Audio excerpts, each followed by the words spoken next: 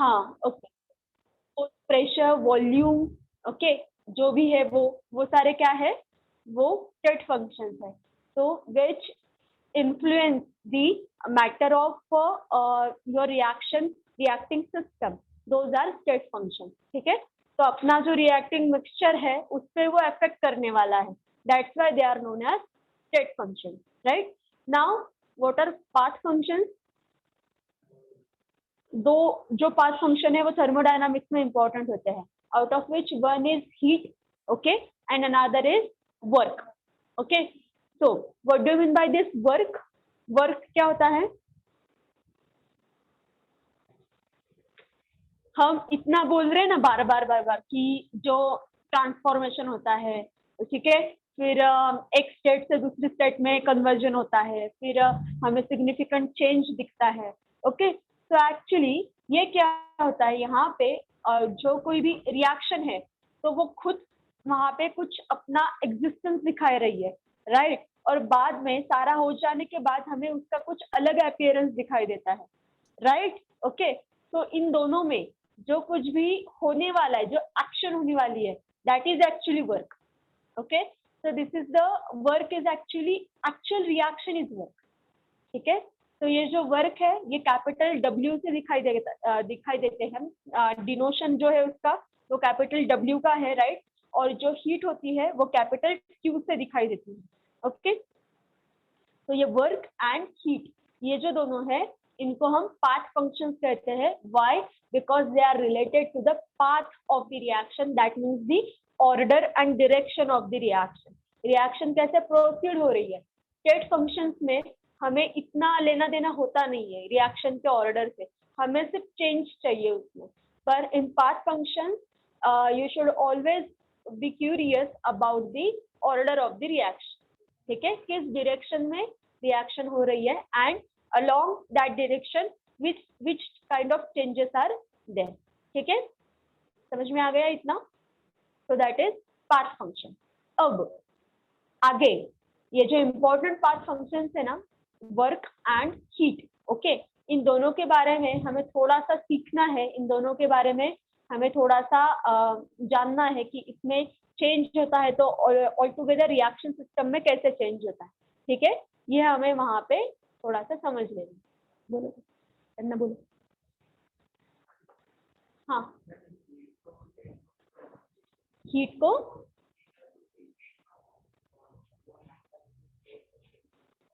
पर वो reaction order से, पाथ फंक्शन कौन से होते हैं कि रिएक्शन ऑर्डर से वो कुछ तो रिलेटेड होता है, okay.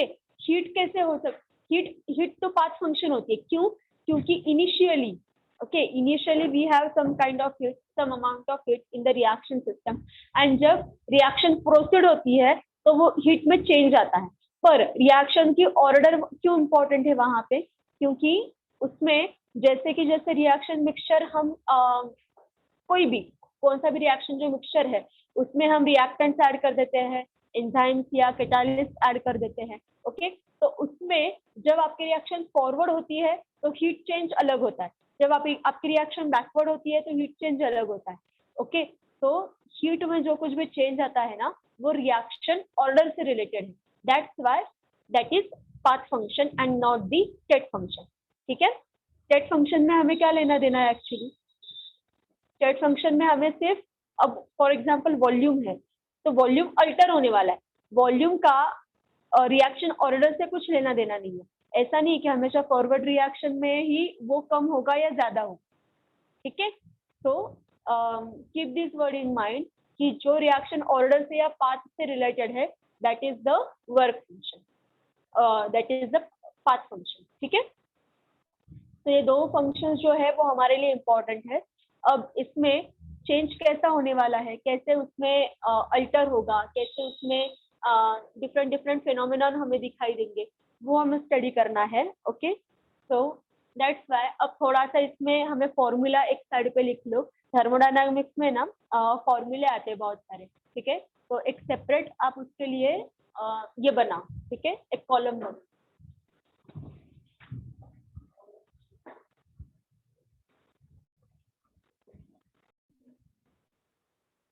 So before we study this फॉर्मूले, मैंने आपको थर्मोडायनामिक्स इक्विलिब्रियम के बारे में कल बताया था, नहीं बताया था?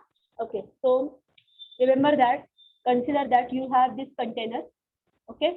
अब इस कंटेनर में फॉर एग्जांपल कोई भी एक गैस भरा है, कोई भी गैस है या लिक्विड है, कुछ भी, वो मैटर नहीं करता, कोई भी होने दो, ओके। अब ये जो गैस है या लिक्विड है, कंसिडर गैस। गैस समझने में इजी क्यों जाता है? Because we can apply mechanical force and we can compress that, ठीक है। तो ये है आपके पास, तो इसका खुद का एक वॉल्यूम है, ओके, एक प्रेशर है इसका, okay, it has number of moles, okay, ये सब कुछ है। और ये सारा जो सिस्टम है ये पर्टिकुलर टेम्परेचर में भी, ओके, ये सील है और इस पे एक आपने पिस्टन लगा दिया, ओके, एक आपने पिस्टन लगा दिया। So these are the initial conditions, okay, and when you apply force by pressing the piston, तो आपको इसमें सब ये जो प्रॉपर्टीज है ना, इसमें चेंज दिखाई देगा, राइट। तो यहाँ पे with respect to heat transfer क्या होगा? तो पिस्टन पे जब आप फोर्स अप्लाई करोगे तो थोड़ी हीट ट्रांसफर होगी, एनर्जी ट्रांसफर होगी, ओके। कहाँ पे? एक तो ये जो ऊपर वाली एम्प्टी स्पेस है यहाँ पे, या डायरेक्टली सराउंडिंग में, तो पूरा आइसोलेटेड नहीं है, मतलब पूरा सील्ड नहीं है, पर सिर्फ हमने उसको कवर किया है, ओके। तो हीट ट्रांसफर होगी, पर एक पर्टिकुलर मूवमेंट आती है जहाँ पे, मतलब ये टाइम के स्पेक्ट्रा में आप इमेजिन करो कि एक पर्टिकुलर मूवमेंट आती है, उस टाइम को हम फॉर एग्जाम्पल टी कहेंगे, तो at this time T there is no heat transfer, okay, that और जीरो हीट ट्रांसफर, राइट। तो वहां पे जीरो हीट ट्रांसफर होती है, बिल्कुल भी हीट ट्रांसफर नहीं होती उसमें। और यहाँ पे क्या होता है कि वो जो सिस्टम है पूरी, that is said to be equilibrium in with the surrounding, okay. No heat transfer, दोनों के पास इक्वल हीट है ऐसा एज्यूम किया जाता है, okay, and that system is in equilibrium, okay, got this point. And also in other words we can say कि at particular time, okay, at particular time interval, when there is no change in the state functions also, that system is called as it is in equilibrium, okay। state function में बिल्कुल भी change नहीं, जैसा पहले है वैसा ही है, कुछ भी चेंज नहीं, so that is in the equilibrium। अब से पहले हमने जब भी कभी इक्विलिब्रियम की बात की थी या हमने स्टडी किया था, तो हम क्या करते हैं, उसका कंसेप्ट क्या है कि आपके पास एक राइट हैंड साइड होती है, एक लेफ्ट हैंड साइड होती है, and when those sides are equal we say that this system is in equilibrium, right. पर यहाँ पे in thermodynamics we will study the equilibrium with respect to the transfer, okay, no transfer at all, मतलब it is in equilibrium, okay। ये short में बताया, वो paragraph अच्छे से पढ़ो आप लोग, उसमें डिटेल उन लोगों ने दिया है कि कैसे चेंज होता है, और फिर एक टाइम इंटरवल आता है, एक पर्टिकुलर सेकंड आता है जहाँ पे बिल्कुल भी चेंज नहीं होता, ओके। 1 मिनट लो, वो पैराग्राफ पढ़ो अच्छे से, थर्मोडायनामिक इक्विलिब्रियम वाला। इसमें कुछ डाउट है तो पूछो।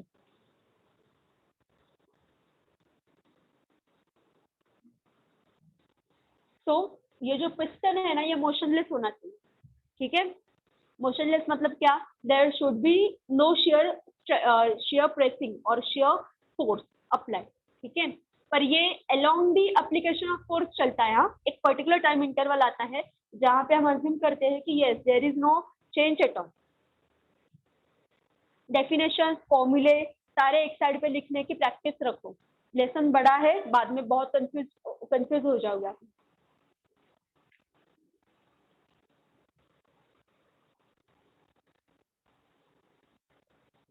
ये होने के बाद बताओ, फिर हम नेक्स्ट पॉइंट लेंगे।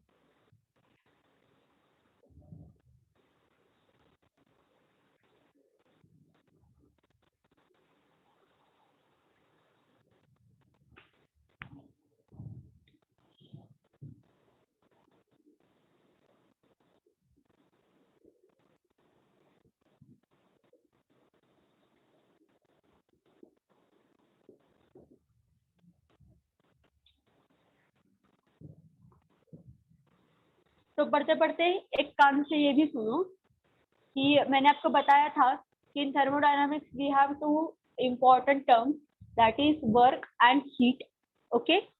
तो यहाँ पे जब आप कंसिडर करते हो कि my reacting system is doing some kind of work, तो मतलब क्या मैथमेटिकली आप इसको कैसे समझा सकोगे?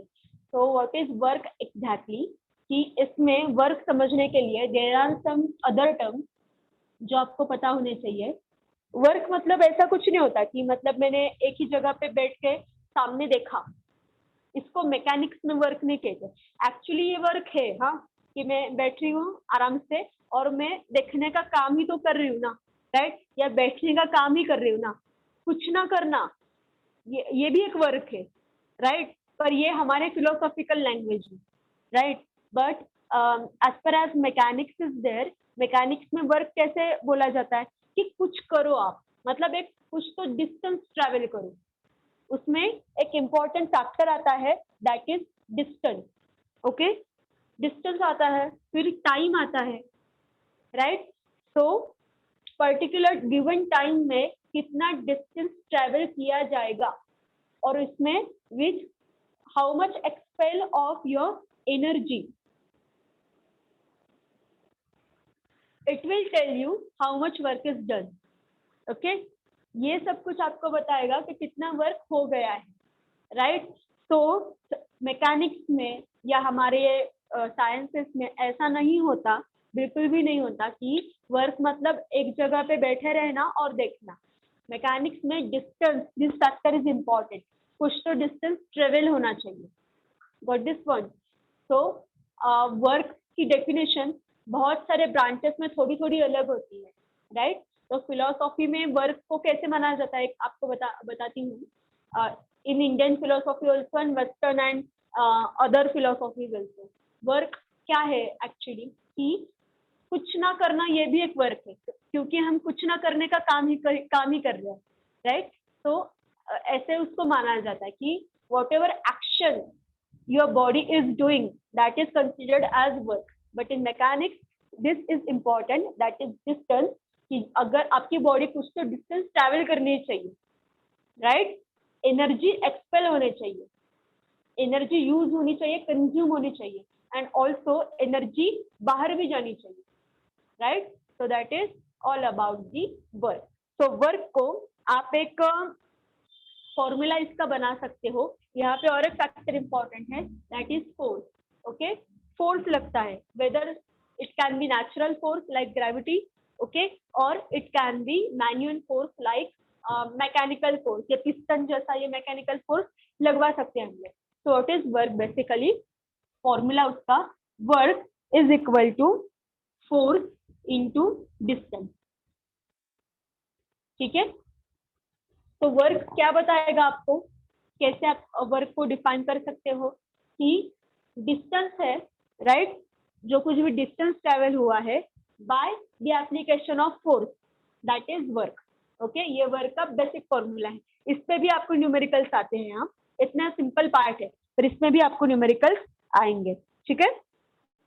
So now when as per as this thermodynamical system is concerned, ये जो वर्क है ना, ये हम ऐसा डिस्टेंस, एक्चुअली रिएक्टिंग सिस्टम कौन सा डिस्टेंस ट्रैवल करने वाली है, right, but we have some kind of significant changes, right. तो यहाँ पे वो जो हमारी सिस्टम होगी ना, तो उसका वर्क मेजर करने के लिए हम दो क्वांटिटीज यूज करेंगे, okay, one is pressure and another one is volume, right. Pressure and volume का जो चेंज है उसका स्टडी करके कितना वर्क हुआ है ये हम उसमें स्टडी करेंगे। समझ में आ गया, मैकेनिक्स का डिफरेंस, फिलोसॉफी का डिफरेंस एंड थर्मोडायनामिक्स का डिफरेंस, ओके, ये वर्क में डिफरेंस। अगेन इन समरी, कि वर्क का जो पूरा स्टडी है ये हम ऐसे कर सकते हैं, फोर्स इनटू डिस्टेंस, इसका स्टडी करके।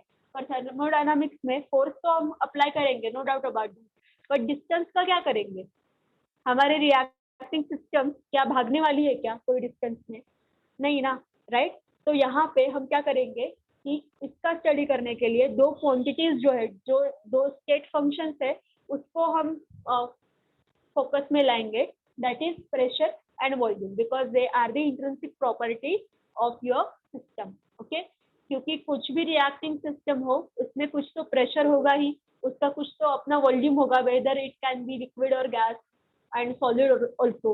ओके, तो pressure and volume is compulsory, ये होता ही है। तो इनमें जो चेंज होता है इसका स्टडी करके हम वर्क का स्टडी यहाँ पे कर सकते हैं।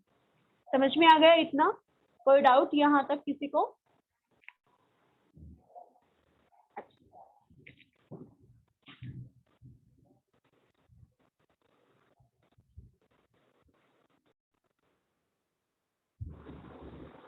ओके, तो जब फॉर एग्जांपल आपने गैस का एग्जांपल लिया, तो गैस कितना कॉम्प्रेस होता है या कितना एक्सपांड होता है, इससे भी आप वर्क का स्टडी कर सकते हैं।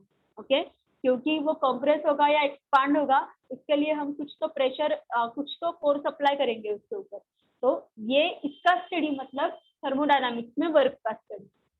ओके, तो ये जो वर्क है ये अलग अलग ब्रांचेस में या अलग अलग क्राइटेरिया में थोड़ा सा उसमें हमें चेंज करना पड़ता है। ठीक है, तो यहाँ पे हम प्रेशर एंड वॉल्यूम इन दोनों का स्टडी करके या इन दोनों को फोकस में लाके हम थर्मोडायनामिक्स में वर्क का स्टडी करेंगे। तो अब यहाँ पे क्या करेंगे कि वर्क जो है वो हम रिप्लेस कर सकते हैं by product of pressure and volume. Okay, work को हम रिप्लेस कर सकते हैं by the product of pressure and volume. क्यों ऐसा? क्योंकि इसमें इन दोनों में जो कुछ भी चेंज आएगा या जो कुछ भी इनकी स्टेट रहेगी, that will be equal to work. Okay, तो हम ये कर सकते हैं, ये हमने खुद का मॉडिफिकेशन किया है। Okay, with respect to our branch thermodynamics, right? So now what is pressure? Pressure का आपको बेसिक फॉर्मूला पता होगा। क्या है pressure?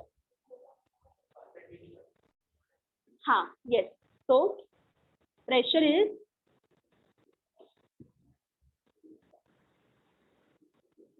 Force upon area, right? तो यूनिट एरिया जो है आपका, जो कुछ भी एरिया है, उस पर एरिया पे कितना फोर्स अप्लाई होता है, that will tell you how much pressure is there, right? So now if you have distance, अब थोड़ा सा जो डिस्टेंस इसमें कंसिडर करना पड़ेगा, राइट? तो फॉर एग्जाम्पल दिस डी, कहाँ पे गया? This D is the distance, right? And area अगर आपको स्टडी करना है तो आप कैसे करोगे? डिस्टेंस बहुत स्मॉल भी हो सकता है, इसलिए टोटल एरिया अगर कंसिडर करना है आपको तो हमेशा ये फॉर्मूला लेते हैं हम लोग, area is equal to square of the distance, right? ये आपको ये गया है ना सारा, 9th-10th में कुछ था आपको ऐसा कुछ तो लेते, राइट? तो area is equal to distance square. Okay, and अगर इन टर्म्स ऑफ वॉल्यूम अगर लेना है तो वॉल्यूम हमेशा हम कैसे लेते हैं? क्यूब्स में लेते हैं वॉल्यूम, राइट? तो volume is equal to distance cube. Okay, volume is equal to distance cube. अब देखो यहाँ पे ये जो डी है ना, इससे कंफ्यूज मत होना, राइट? आपको एरिया का या वॉल्यूम का कैसा फॉर्मूला पता है?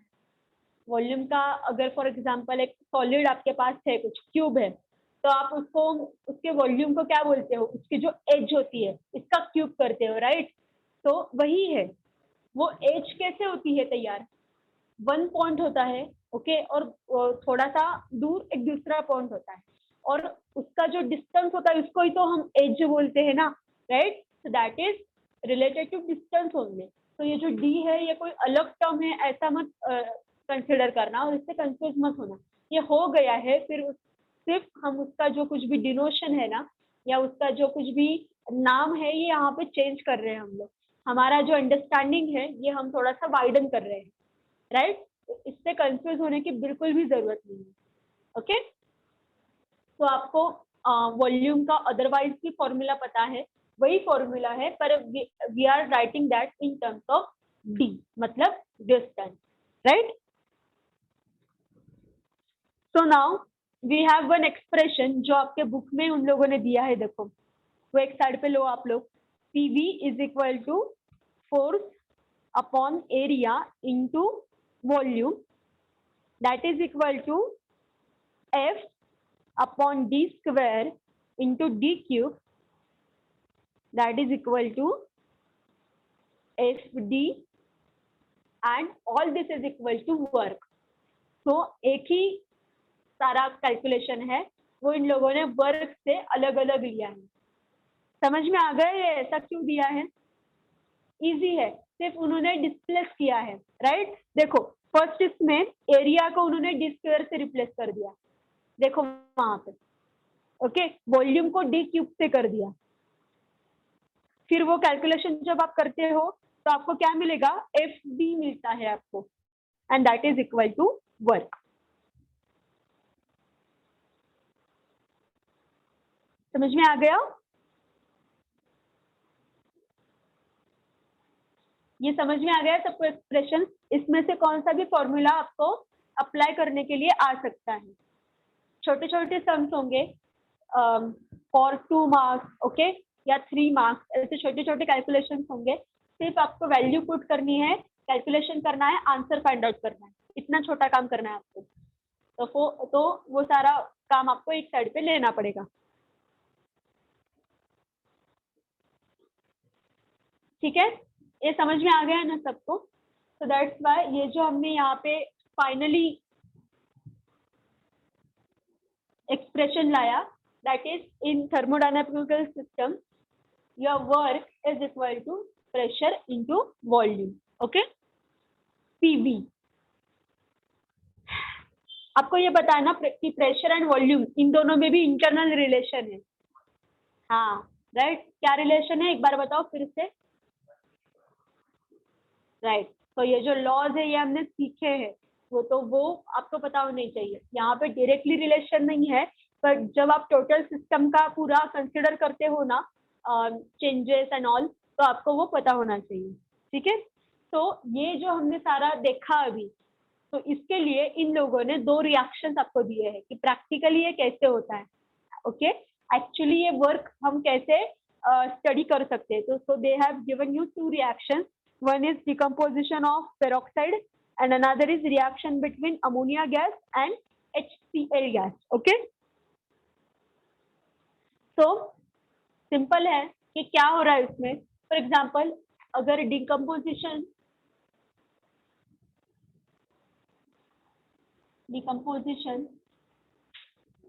ऑफ, अगर पेरोक्साइड आप लेते हो, हाइड्रोजन पेरोक्साइड, तो इसमें उसकी जो रिएक्शन है वो इम्पोर्टेंट है। क्या रिएक्शन है? You have peroxide in your hand, okay, और इसका जो डिकम्पोजिशन है वो कैसे होता है? Water and with evolution of oxygen gas, ये होता है, ठीक है। तो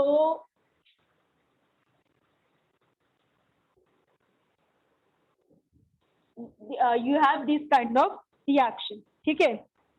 अब यहाँ पे क्या होगा? ये जो रिएक्शन है इसको ध्यान से देखो। पेरोक्साइड किस फॉर्म में होता है? हाइड्रोजन पेरोक्साइड देखा है कभी? लिक्विड होता है वो, राइट।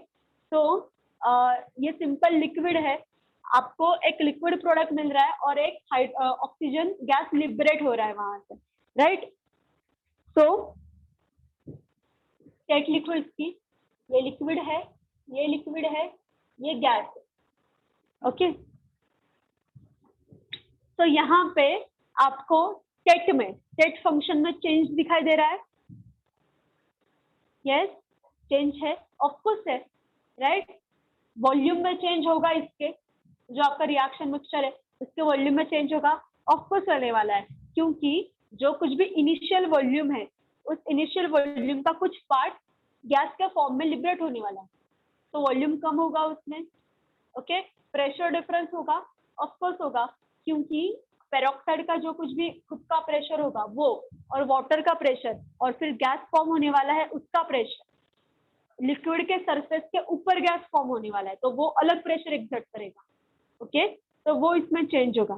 सो नाउ यहाँ पे क्या होगा कि आपकी जो रिएक्टिंग सिस्टम है, consider that all this is going in one flask, okay, और फ्लास्क के जो सराउंडिंग में जो एनवायरनमेंट है ये अलग है, उसको आप सराउंडिंग बोलने वाले हो या यूनिवर्स बोलने वाले हो। तो उस रिएक्टिंग सिस्टम से यहाँ पे सराउंडिंग में फुल ट्रांसफर होने वाला है। हीट का ट्रांसफर होगा, एनर्जी का ट्रांसफर होगा, मैटर का ट्रांसफर होगा। This will be liberated by the form of vapour. Okay, तो ये एक चेंज। तो यहाँ पे वर्क आप कैसे डिसाइड करोगे, कितना वर्क हुआ है ये आपको कैसे पता चलेगा? यहाँ पे आप क्या करोगे, what ever there is change in the pressure, okay, and also volume, इसका आप स्टडी करोगे। अब यहाँ पे इनिशियल वर्क होगा एंड फाइनल वर्क होगा। इनिशियल वर्क मतलब क्या, work at the resting state, ठीक है, work at the resting state. And final work मतलब क्या, सब कुछ होने के बाद, रिएक्शन होने के बाद फाइनली आपके पास कितना प्रेशर वॉल्यूम है उसका प्रोडक्ट। ओके, तो आपको इनिशियल जो वर्क है और फाइनल जो वर्क है इसका जो डिफरेंस है ना, इससे पता चलेगा कि how much work is there. And then afterwards we will say that कि this work is tends to decomposition.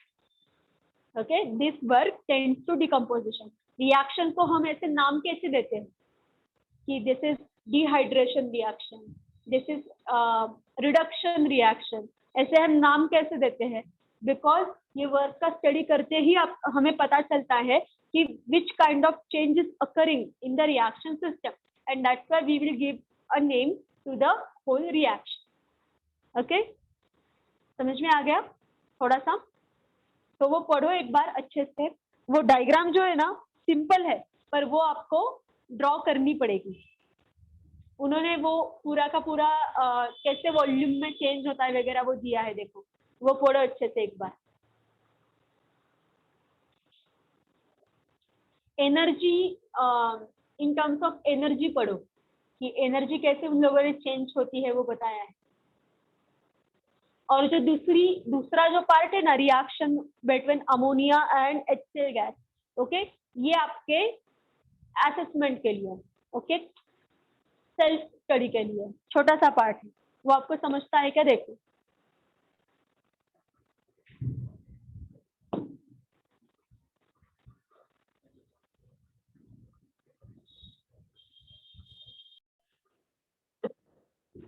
तो अब इसका हो गया प्रेशर का, सॉरी वर्क का। अब हमें स्टडी करना है दूसरा पार्ट फंक्शन जो है हीट। ओके,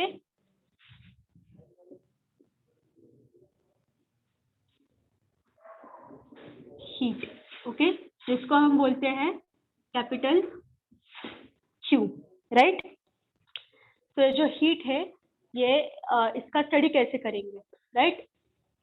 अब देखो हीट जो है ये फॉर्म ऑफ एनर्जी है, ओके, और कुछ भी नहीं है। हीट जो है ये एक एनर्जी फॉर्म है,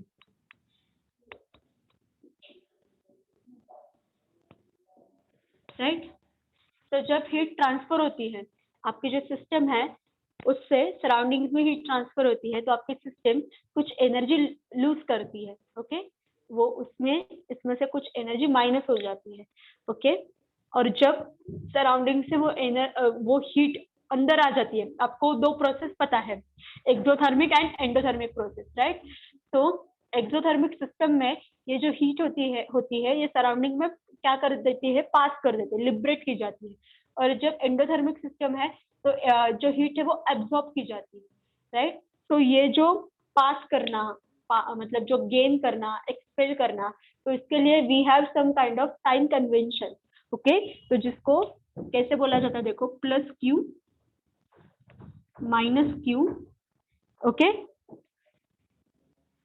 वर्क का भी है, ऐसे 4 साइन कन्वेंशन होते हैं कि फॉर एग्जाम्पल कोई भी वैल्यू आपको दी है और उसके सामने ऐसे प्लस माइनस लिखा है, तो हमें समझना चाहिए कि ये जो वैल्यू है उतनी वैल्यू की हीट है या प्रेशर है, वर्क है, ये गेन हो रहा है या एक्सपेल हो रहा है। ये हमें किससे पता चलता है, इस वैल्यू से पता चलता है, राइट। सो प्लस क्यू मतलब क्या कि हीट इज एब्सॉर्ब्ड, ओके। तो यहाँ पे हीट एब्सॉर्प्शन होता है, यहाँ पे हीट रिलीज होती है, ओके। देन हाँ, यहाँ पे ये भी इंपॉर्टेंट है, ये हम सारा कैसे स्टडी कर रहे हैं, सिस्टम टू सराउंडिंग ये स्टडी है, ओके, सिस्टम टू सराउंडिंग। तो यहाँ पे कहाँ पे लिखें, system to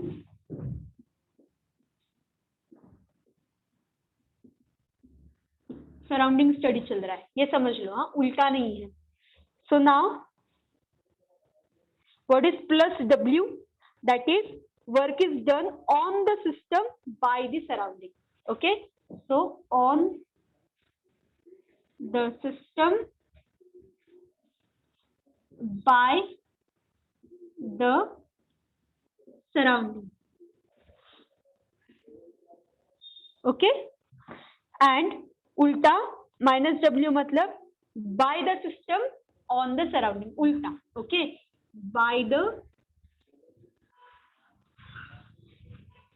system on the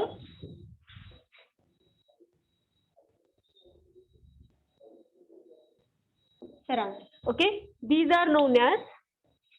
terms are known as sign conventions in the thermodynamics. Okay, these are sign conventions in thermodynamics.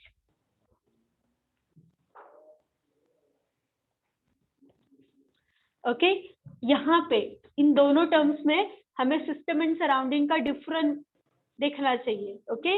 यहाँ पे ये जो दो है, this is applicable to these two terms, okay, समझ में आ गया। पर वर्क में हमें सिस्टम एंड सराउंडिंग का करना पड़ेगा, क्योंकि प्लस डब्ल्यू कब होता है कि जब सराउंडिंग वाला जो कुछ भी एनवायरनमेंट है ये सिस्टम पे वर्क करता है, और इसमें एग्जैक्टली उल्टा होता है, सिस्टम करती है सराउंडिंग के ऊपर वर्क करती है, ठीक है। So these are the 4 sign convention. जब हम ये प्रॉब्लम्स में देखेंगे तो आपको इसका यूज समझ में आ जाएगा।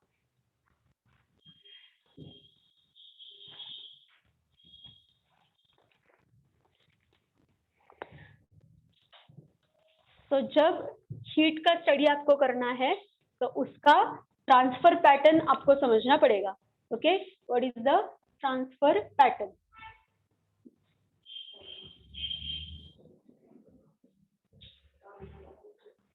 राइट, सो ये जो ट्रांसफर पैटर्न है इसके लिए हीट कैसे काम कर रही है, दोनों में पहले से हीट कितनी प्रेजेंट है पहले से, ओके, वो हीट कितनी है, ये सारा स्टडी मतलब nature of heat, okay. So nature of heat is by default the transfer pattern study of heat, okay. ये कहाँ पे भी स्टडी हो सकता है, रिएक्शन मिक्सचर में, लैब में, even in the human body, okay. ये साइन कन्वेंशन पता कर अच्छे से पता चलनी चाहिए आपको। एमसीक्यू के लिए ये क्वेश्चन आता है, आपको वो बहुत ऐसे कंफ्यूज करने वाले ऑप्शंस देते हैं और फिर हम कंफ्यूज हो जाते हैं, राइट। तो ये दिमाग में फिक्स करो कि कैसी और कौन सी टर्म कहाँ पे अप्लाई हो रही है, ठीक है। तो this was a quite simple pattern. अभी भी हम थर्मोडायनामिक्स का जो बैकग्राउंड है ना उसका ही स्टडी कर रहे हैं, हमने ऐसा कोर थर्मोडायनामिक्स शुरू नहीं किया। वो कब शुरू होगा, when we will start the laws of thermodynamics, ठीक है। वहां पे उन्होंने एक डायग्राम दी है, देखो 4.6, फिगर नंबर 4.6। ये फिगर भी अगर आप दिमाग में फिक्स करते हो ना तो आपको ये साइन कन्वेंशन याद रह जाएंगे, ओके।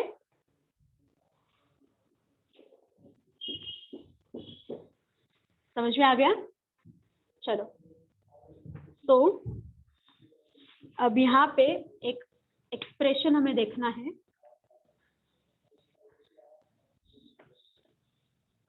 प्रेशर एंड वॉल्यूम का ही एक्सप्रेशन है, उसका स्टडी हमें करना है।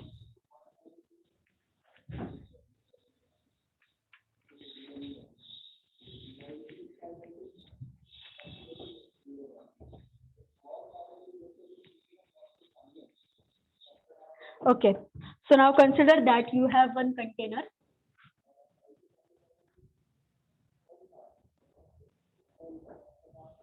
Okay, ऐसा एक आपके पास कंटेनर है, राइट?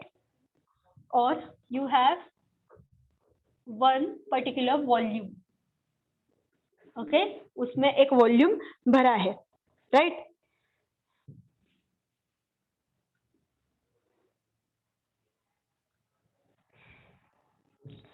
एक्चुअली ये है ना अपना, ये आपका इनिशियल वॉल्यूम है, ओके?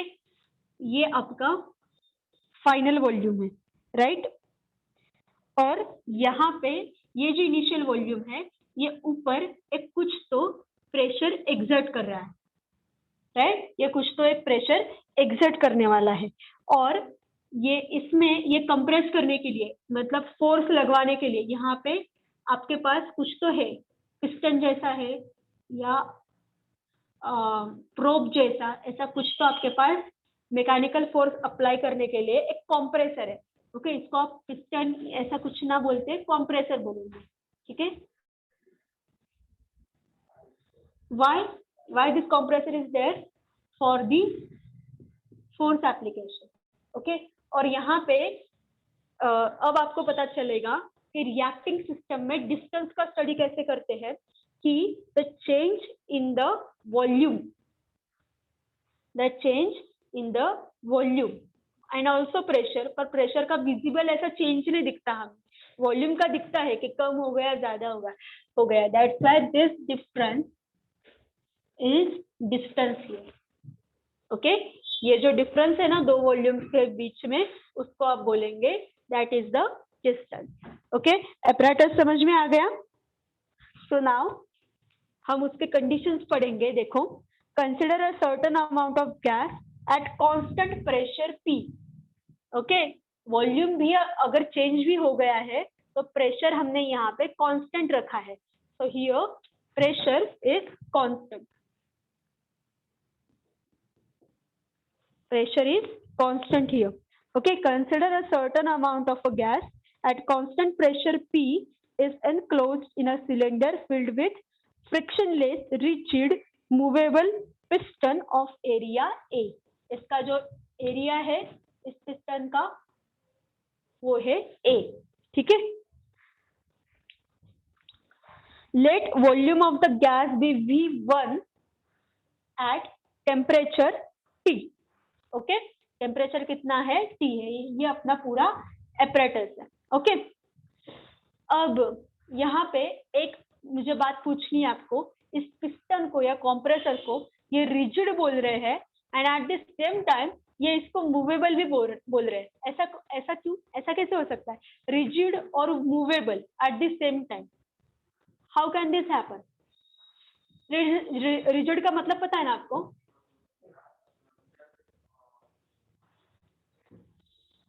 हाँ, ओके, तो स्ट्रक्चर फिक्स होना चाहिए उसका, जब हम फोर्स अप्लाई कर रहे हैं वो तो स्ट्रक्चर चेंज नहीं होना चाहिए उसका, राइट?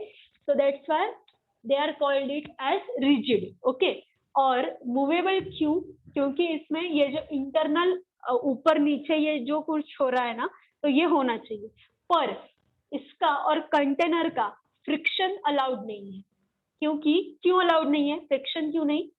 क्योंकि आपका टोटल जो वर्क होगा ना इसका, तो उसमें वो फ्रिक्शन का वर्क ऐड हो जाएगा, राइट? ऑल्दो ऐसा कंसिडर करो कि वो हमें पता नहीं है कितना फ्रिक्शन हुआ, उसका हमने स्टडी नहीं किया, पर फिर भी क्या होगा कि वो वर्क होगा, आपके कैलकुलेशन में आप उसको कंसिडर नहीं करोगे, पर फिर भी प्रैक्टिकली वो वर्क होगा, और बाद में आपको पता चलेगा कि देयर इज एन एरर, और इस एरर का रीजन क्या है ये फिर आप जितना ढूंढोगे ना उतना आपको मिलेगा ही नहीं, क्योंकि यहाँ पे ये इंटरनल फ्रिक्शन हो रहा है, राइट?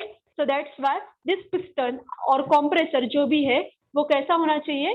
फ्रिक्शन लेस होना चाहिए, because we want the work to be happen with respect to this pressure and volume only. Okay, और ये जो बाकी के फैक्टर्स है ये हमें एलिमिनेट करने हैं. That's why they are calling it as frictionless. समझ में आ गया एक एक वर्ड का मीनिंग, और ये वर्ड यहाँ पे क्यों यूज कर रहे हैं वो लोग, ये आपको समझना है. ये ऐसा स्टडी जब आप करोगे ना, देन यू कैन से मेरा स्टडी परफेक्ट है. एक एक वर्ड यहाँ पे पता होना चाहिए. ऐसा क्यों, बार बार पूछो. आपको वो ये पता है ना कि स्टडी कैसे करते हैं, परफेक्ट स्टडी कैसा होता है. वो 7 WH टाइप क्वेश्चंस आपको पूछने हैं हर एक वर्ड के लिए.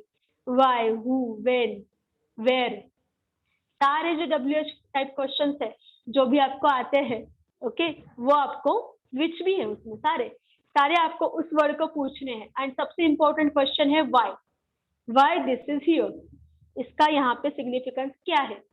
ओके, ये क्वेश्चन हर एक वर्ड को पूछो, आपका स्टडी परफेक्ट अपने आप हो जाएगा. Okay, and this is applicable to each and every subject, okay, which is mentioned in your syllabus.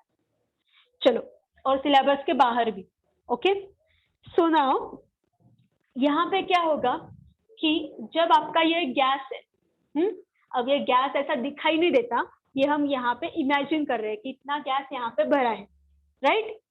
तो ये इमेजिनेशन है. गैस आप अगर कंटेनर में भरा है तो आपको ये सब विजुअल दिखाई नहीं देगा कि इतना वॉल्यूम है उसमें.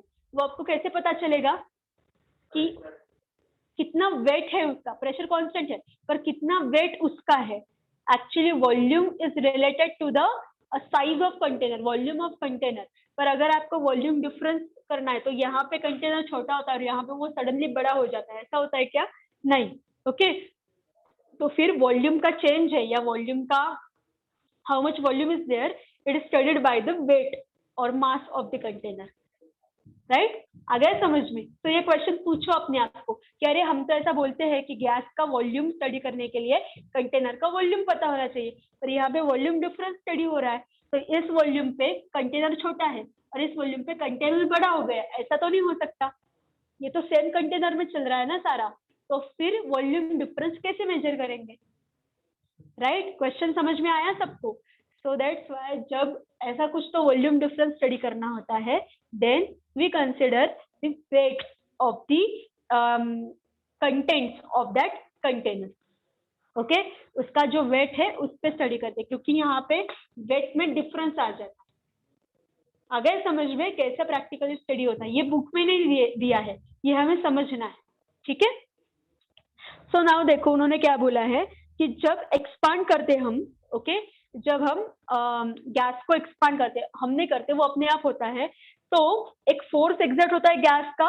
एंड वो फोर्स कितना होगा, वो जो फोर्स है वो कितना होगा, वो एग्जैक्टली इस एरिया के इक्वल होगा,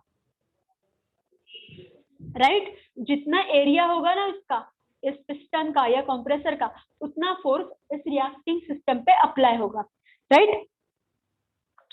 एंड यहाँ पे against direction of the piston force apply होगा. Okay, against the direction, force हमेशा अगेंस्ट द डायरेक्शन ही होता है, राइट. सो नाउ यहाँ पे क्या होगा कि प्रेशर जो है इस रिएक्टिंग सिस्टम का, the pressure is equal in magnitude and opposite in sign. Pressure equal होगा पर यहाँ पे साइन ऑपोजिट होगी. क्यों? Magnitude equal but sign opposite. Why? हाँ, वेरी गुड. ओके, यहाँ पे जो फर्स्ट, यहाँ पे जो पहले वाला प्रेशर है, ओके, उसका डायरेक्शन कैसा है? ऊपर. यहाँ पे गैस प्रेशर एक्सर्ट कर रहा है to the gas to the environment. Okay, ये जो एम्प्टी स्पेस है ना उस पे वो एक्सर्ट कर रहा है. पर ये जो दूसरा वाला फोर्स है जो ऊपर से आ रहा है, उसका डायरेक्शन एग्जैक्टली ऐसा है. क्यों? ऐसा क्यों है? क्योंकि यहाँ पे जो फोर्स है वो अगेंस्ट द गैस है, अगेंस्ट द गैस है. That's why they are equal in magnitude. Okay ma'am, camera फिर ब्लर हो गया. Equal in magnitude but opposite in direction. ठीक है, दैट्स वाई इसको हम क्या बोलेंगे, माइनस पी. ओके, और माइनस पी आपके बुक में उन्होंने ऐसे दिया है, minus P exerted.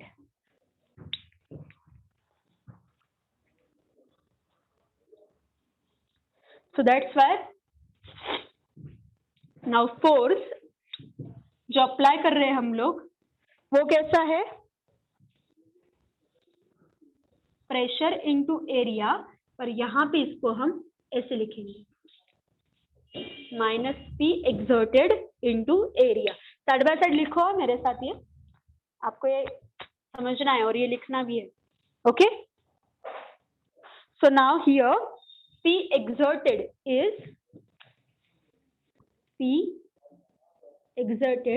is external atmospheric pressure.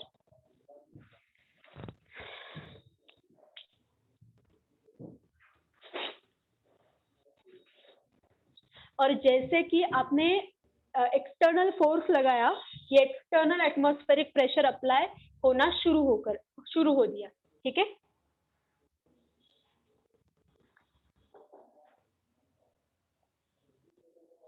तो जब इमेजिन करो ये जो पिस्टन है ये पहले ऐसा है, पर इसने जब थोड़ा सा हमने इसको दबा दिया, ओके, इसका लोकेशन चेंज हो गया, तो जितना आपने दबाया, फॉर एग्जांपल आपने ऐसा उसको किया है,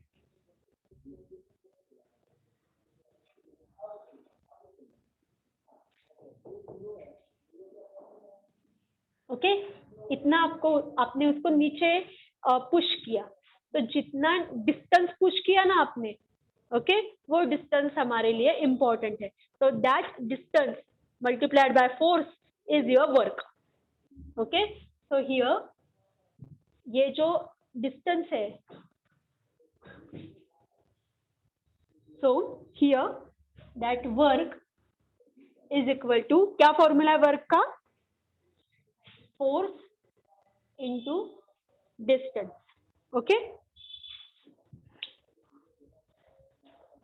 सो नाउ फोर्स की जगह पे ये सब्स्टिट्यूट करो minus P exerted into area force की जगह पे.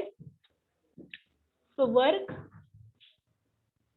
Is equal to this one, minus P exerted into area into distance. आ गया सबका, ऐसा लिखो side by side.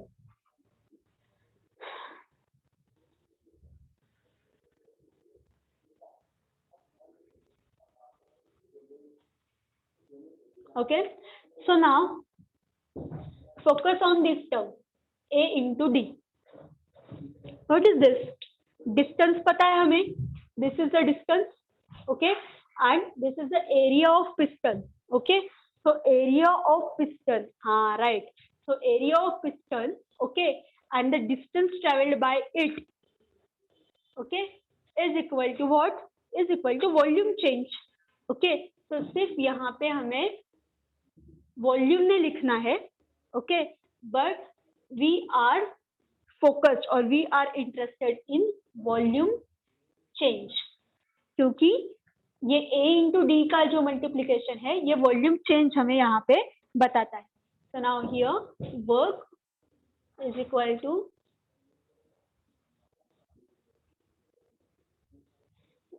Pressure exerted into volume. और ये वॉल्यूम क्या है, what is this actually, this is nothing but the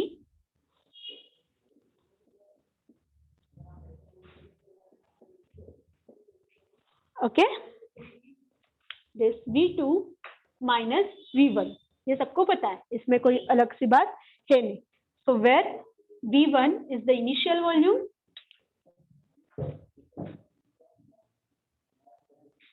where V1 is equal to initial volume of gas and V2 is the final volume of gas। और इसको आप कह सकते हो इसको कि V2 is the volume of gas when force is applied, ऐसा भी लिख सकते हैं।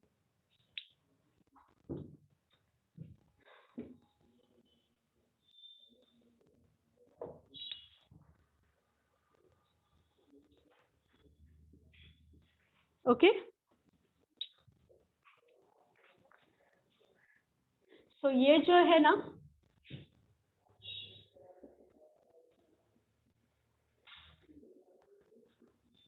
ये आपको रिलेशन बताती है, ये जो इक्वेशन है ना, ये आपको रिलेशन बताती है in work, pressure and volume.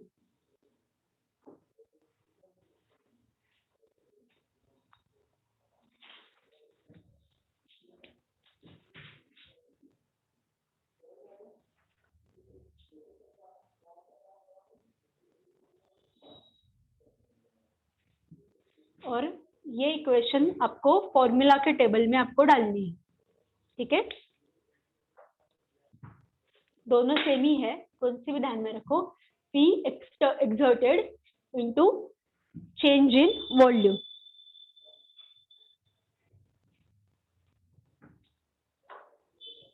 अब यहाँ पे कंडीशन समझ लो, ओके।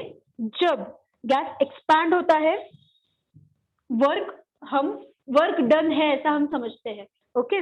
सो यहाँ पे सिंस V2 ये V1 से बड़ा होता है, एक्सपांड होने वाला है ना, वॉल्यूम बढ़ेगा, सो दिस इज द, ऐसा लिखेंगे, जब गैस एक्सपांड होता है V2 is much greater than V1, right? V2 is greater than V1। अब यहाँ पे देखो V2 V1 से ग्रेटर है, राइट? तो ये जो सब्ट्रैक्शन होगा ये पॉजिटिव होगा या निगेटिव होगा? V2 बड़ा है, V1 छोटा है, क्या होगा? पॉजिटिव होगा। ये पॉजिटिव हो गया, यहाँ पे निगेटिव साइन है, positive negative, that's why work is therefore work has negative sign। जब ऐसी कंडीशन है तब। और आपको पता है वर्क अगर निगेटिव है तो आपने लिखा है साइन कन्वेंशन में, वर्क अगर निगेटिव है तो क्या होता है? by the system on the surrounding, that's why by the system on the surrounding। समझ में आ गया? अब when gas is compresses, तो कॉम्प्रेस हो गया तो यहाँ पे कौन बड़ा होगा? V1 बड़ा होगा। अब डालो इसमें, V1 अगर बड़ा है तो ये प्रोडक्ट कैसा आएगा? निगेटिव में आएगा, राइट? ये निगेटिव में आया, ये यहाँ पे ऑलरेडी निगेटिव है, तो negative negative positive, that's why यहाँ पे वर्क जो है उसको पॉजिटिव साइन होगी। और बताओ फिर वर्क पॉजिटिव मतलब क्या? ऑन द सिस्टम, हाँ,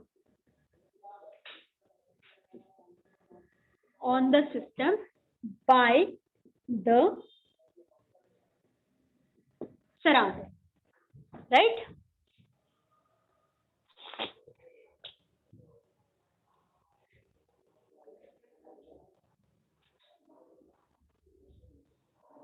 तो यहाँ से ये जो पूरा हमारा जो कुछ भी हमने लिखा, यहाँ से हमें कंक्लूजन क्या मिला? कंक्लूजन क्या मिलता है हमें कि एक्सटर्नल प्रेशर जितना अप्लाई होता है, ओके, यहाँ पे ये इंटरनल प्रेशर है, पर जितना भी इस पे एक्सटर्नल प्रेशर जितना अप्लाई होगा, ओके, वो आपको बताएगा कि कितना वर्क होगा। Okay, volume is not related, volume focus में स्टोरी में है ही नहीं। क्यों? कब तक वॉल्यूम फोकस में है नहीं? जब तक आप उस पे या प्रेशर एग्जर्ट नहीं करते और उस पे फोर्स का रिलेशन नहीं डालते। Okay, so in such kind of study, okay, in such kind of study always remember that जो कुछ भी एक्सटर्नल प्रेशर होगा ये आपको बताएगा कि वर्क डन कितना है। ओके, वर्क डन कितना है। और वॉल्यूम जो है आपका, चेंज इन वॉल्यूम, ओके, तो ये वॉल्यूम कब फोकस में आएगा? जब आप उस पे प्रेशर, फोर्स एंड डिस्टेंस, ये जो तीनों टर्म्स है, ये इसको आप लिंक नहीं करते, तब तक वॉल्यूम का कोई भी सिग्निफिकेंस है नहीं। राइट? समझ में आ गया? ये इस पूरे स्टडी का कंक्लूजन है। राइट? तो यहाँ पे हमें समझ में आता है प्रेशर, वॉल्यूम, डिस्टेंस, फोर्स, इन सब में क्या रिलेशन। राइट? तो देखो एक बार पूरा इक्वेशन, कोई प्रॉब्लम है तो पूछो।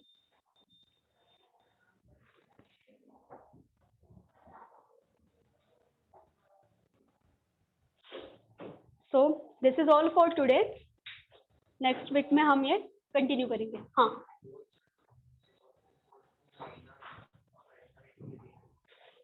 ये, हाँ